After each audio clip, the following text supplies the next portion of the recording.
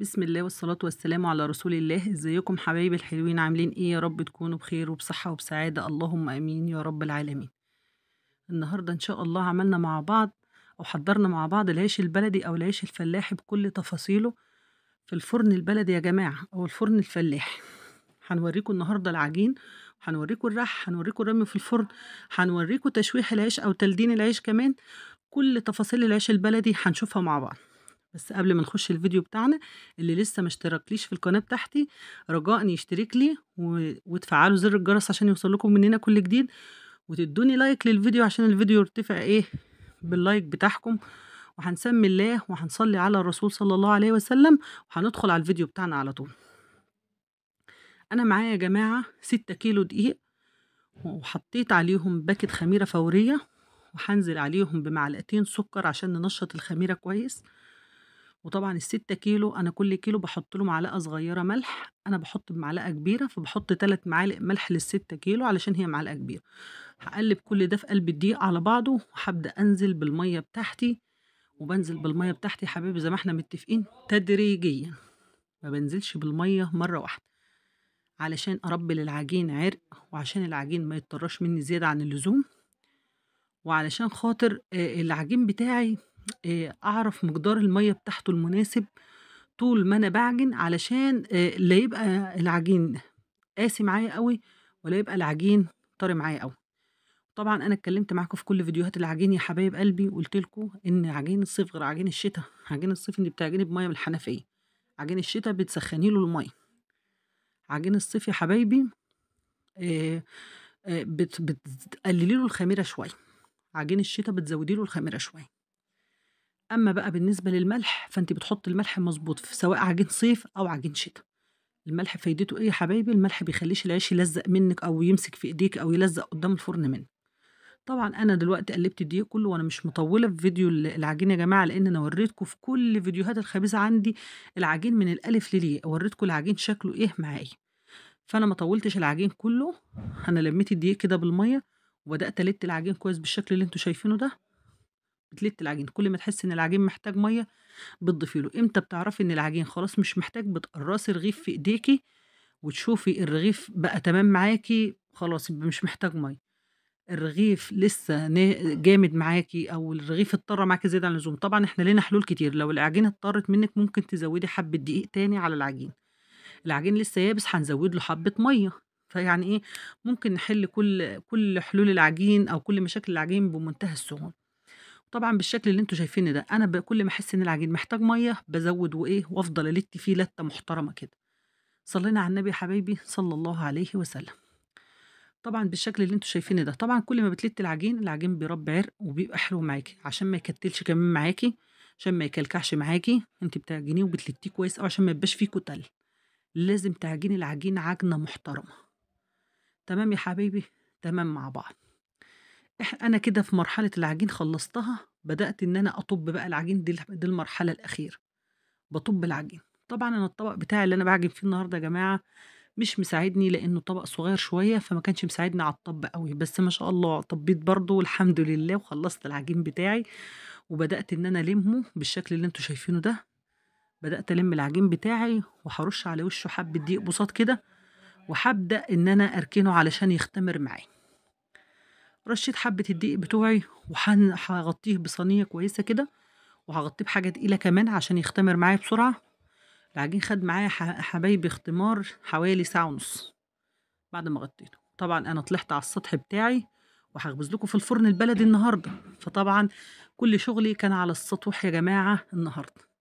بدأت إن أنا أقرّص العجين بالشكل اللي أنتم شايفينه ده. طبعًا يا حبايبي أنا الكمية بتاعتي، أنتِ بتقرّصي العجين بتاعِك حسب المطرحة اللي أنتِ هتخبزي عليها. وطبعًا أنا اتكلمت الكلام ده كتير، لو أنتِ المطرحة بتاعتِك كبيرة هتقرّصي تقريصة كبيرة، لو أنتِ المطرحة بتاعتِك صغيرة هتقرّصي تقريصة صغيرة. لو أنتِ لسه مبتدئة أصلًا وبتتعلمي الخبيز، قرّصي العيش بتاعِك صغير. وطبعًا مش هتعجني الكمية الكبيرة ده، الكمية الكبيرة اللي إحنا بنعجنها، هتعجني كيلو أو 2 زي ما إحنا متفقين في كل الفيديوهات بتاعتنا. وهتقرّصي عيش صغير وهتجيبي مطرحة صغيرة تتعلمي عليها الأول، ولمّا تتعلمي تكتّري شوية، تزوّدي شوية، تزوّدي الكيلو تخلّيه 2 كيلو. بعد كده أمّا تشتغلي كويس تعملي 3 كيلو، بعد كده أمّا تبقي 100، 100 تكتّري بقى الكمية اللي أنتِ عايزاها.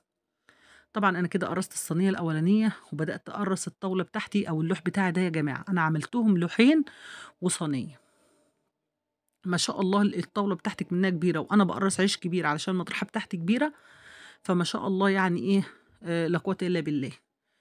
زي ما أنتم شايفين يا حبايبي كده، وطبعًا أنا قُلت لكم يا جماعة أهم حاجة في العيش طالما أنا باقرّص على دقيق يا جماعة، لازم تغطّي العجين بتاعِك بعد ما تقرّصيه كويس، علشان ما يشقّقش ولا يعمل طبقة قشرة منِّك، غطّي العجين بتاعِك. أنا أمّا باخلّص باغطّي العجين كويس، وقُلت لكم يا جماعة في كل فيديوهات الخبيز بتاعتنا، كذا واحدة قالت لي العيش مجرّد إن أنا باخبز أول صينية وبيبدأ يشقّق معايا ويعمل طبقة قشرة على الوش، غطّي بقماشة قطن، غطّي العجين بقماشة قطن، لو أنتِ مقرّصة على زيت مش هتحتاجي إن أنتِ تغطّي قماش يعني مش هتحتاجي إن أنتِ هتغطّي بصينية والّا حاجة زي الصينية اللي أنتِ مقرّصة عليها، أو بطاولة زي الطاولة اللي أنتِ مقرّصة عليها، لكن مقرّصة على دقيق غطّي بقماش قطن. وتقّلي الغطا شوية، مش أوي يعني في الصيف غير الشتا، بس يعني أنتِ بالمعقول كده، أنتِ بالمعقول وبالوَيَم اللي أنتِ شايفاه كده، تمام؟ تمام يا حبايبي. طبعًا أنا آخر رغيف ده كان كبير شوية، بس أنا قرّصته كُلّه وخلّصت التقريص بتاعي، وطبعًا حميت الفرن بتاعي، لإن الفرن البلدي بياخد حامية شوية عن الفرن الغاز. الفرن الغاز أنتِ بتولّعيه يسخن، يعني ممكن 10 دقايق على طول يسخن. سمّيت الله وبدأت الخبيز بتاعي يا جماعة، وبدأت إن أنا أرِح العيش بتاعي، وطبعًا الرَّح بالشكل اللي أنتم شايفينه ده، وبدأت أسوي الرغيف بتاعي أهوّة اللمسة الأخيرة للرغيف، وهابدأ إن أنا أحدف في الفرن بتاعي يا حبايبي أهوّة. والعيش كان طالع النهارده معانا بسم الله ما شاء الله لا قوة إلا بالله. وخبيز الفرن البلدي يا جماعة حلو جدًا، جدًا، جدًا، بس اللي ما عندوش بقى خلاص مضطر إنه يخبز في الفرن الغاز، لكن خبيز الفرن البلدي يعني في منتهى الجمال. الغاز برضه حلو وجميل، بس الفرن البلدي برضه بيخلّي العيش ليه ريحة وليه شكل وكل حاجة. شايفين الفرن البلدي ما شاء الله لا قوة إلا بالله، لا قوة إلا بالله بيتحدث عن نفسه. العيش بيطلع منه في منتهى الجمال أهو، بُصّوا ما شاء الله يا جماعة. خبزنا شوية عيش النهارده الله أكبر لا قوة إلا بالله، بالشكل اللي أنتم شايفينه ده. طبعًا أنا بارِح وباحدف وباتابع برضه الفرن بتاعي يا حبايبي، ما شاء الله. شايفين العيش طالع، بُصّوا شايفين العيش طالع ما شاء الله لا قوة إلا بالله زي الفل إزاي. بُصّوا الرَّيحة يا جماعة، إيد بتمسك المطرحة من ورا وإيد من قدّام، وبتنطري لقدّام العيش، بتنطري لحد ما الرغيف بيوسع معاكِ تلقائي. والرَّح ده تدريب يا جماعة، وكل ما هتتدرّبي عليه كل ما هتحسّي إن أنتِ بقيتِ مِيَّة، مِيَّة فيه، الرغيف بيكبر لوحده معاكِ. وادي الرمي في الفرن، ما شاء الله. مش يعني إيه، بالتدريب برضه، كل حاجة إن شاء الله سهلة وبسيطة، إحنا نستعين بالله بس يا جماعة. بُصّوا ما شاء الله العيش كان طالع زي الورد، ما شاء الله العيش طالع معانا زي الفل. شايفين يا جماعة؟ يعني ما شاء الله لا قوة إلا بالله. وطبعًا أنا باهوي العيش جنبي علشان خاطر لازم يا جماعة ما تحطّوش العيش كلّه فوق بعضه، لازم العيش اللي بتبقى بتخبز بتهوي العيش بتاعها علشان العيش ما يعجّنش، العيش بيبقى طالع سُخن، فأنتِ لو حطيتِ العيش كلّه فوق بعضه العيش هيعجّن منِّك، لازم تهوّيه كويس. طبعًا أنا لازم هاورّيكم، وأنتم اعتدتوا معايا في فيديوهات الخبيز بتاعتي يا جماعة، إن أنا باقطّع العيش وباشوّحه أو بلدّنه زي ما بتقولوا عندكم قولوا. بُصّوا أنا باورّيكم قاع العيش أهوّة، وهابدأ إن أنا أقطّع العيش بتاعي، سواء باخبز في الفرن الغاز باشوّح العيش بتاعي، سواء باخبز في الفرن البلدي باشوّح برضه العيش بتاعي.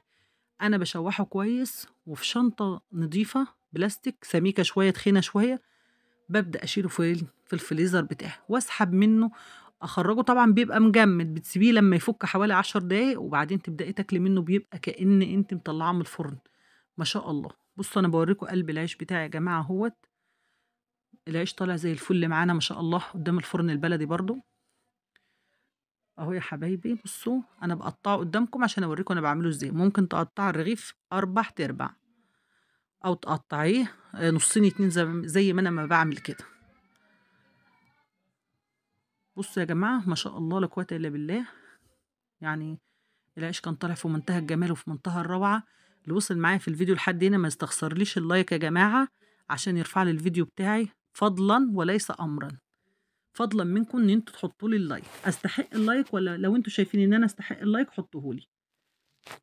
وانا بدأت ان انا بعد الخبيز طبعا انت بتمسحي الفرن بتاعك كويس علشان خاطر ما توسخيش عيشك او عيشك ما يجيش فيه اي حاجة مش كويسة. وبدأت ان انا اشوح العيش بتاعي بالشكل اللي انتوا شايفينه ده.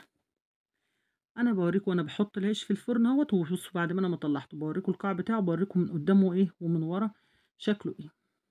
بصوا يا حبايبي، بصوا اهو ده القاع بتاعه وده الايه قدام.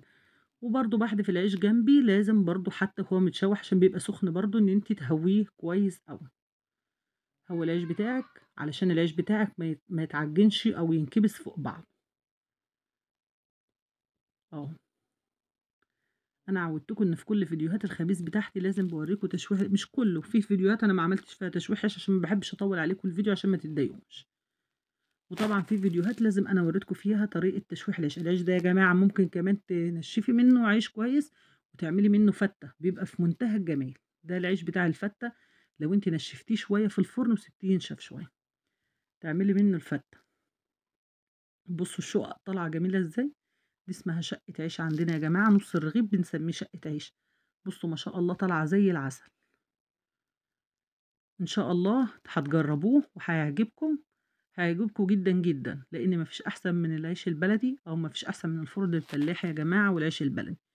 ما تنسوش تشتركوا لي في القناه، ما تنسوش تحطوا لي لايك، ما تنسوش تصلوا على الرسول صلى الله عليه وسلم. والسلام عليكم ورحمه الله وبركاته.